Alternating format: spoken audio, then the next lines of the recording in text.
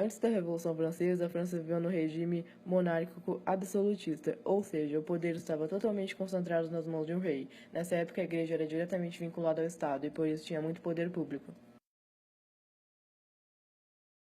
No antigo regime, a sociedade era dividida em classes ou estados dispostos em uma pirâmide.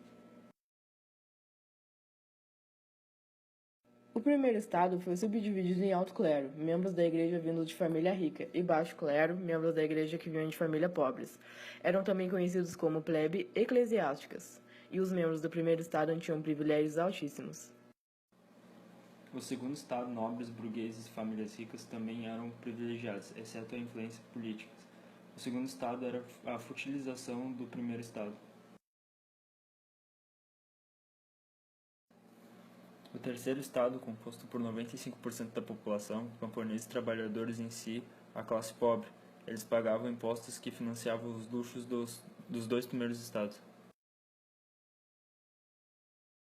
Nos últimos 20 anos do século XVIII, a situação financeira da França começou a decair devido à má administração do seu capital.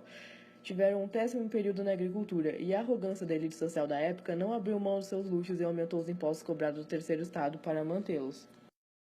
Devido à crise financeira e à constante pressão, o rei autorizou os Estados Gerais. Os Estados Gerais eram uma reunião composta por deputados de cada estado para realizarem votações que decidiriam assuntos importantes da França. Inicialmente, cada estado tinha direito a um voto, o que era injusto com o terceiro estado, porque a burguesia e o clero votavam juntos na maioria das vezes por terem os mesmos interesses.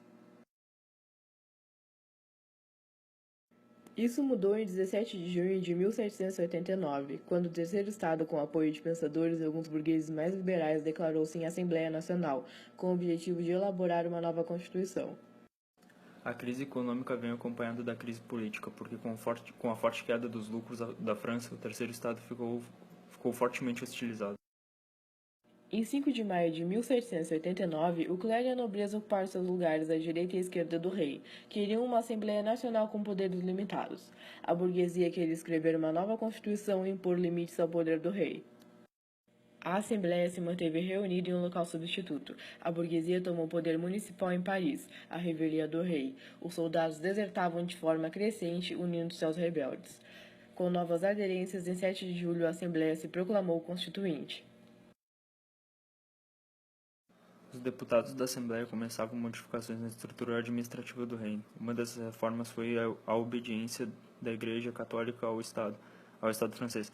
Em 1790 foi estabelecido que os clérigos passariam a ser funcionários do Estado, eleitos pelos cidadãos. Na tentativa de reabastecer o Tesouro Nacional, a Assembleia determinou a emissão de assignats, títulos referentes a empréstimos públicos. O governo pretendia estimular os cidadãos a utilizarem para comprar bens nacionais, isto é, bens que o Estado havia confiscado do clero e da nobreza, mas algum tempo depois o governo liberou sua utilização como dinheiro em qualquer transação comercial, já que o próprio Estado francês precisava desses papéis para salvar suas dívidas.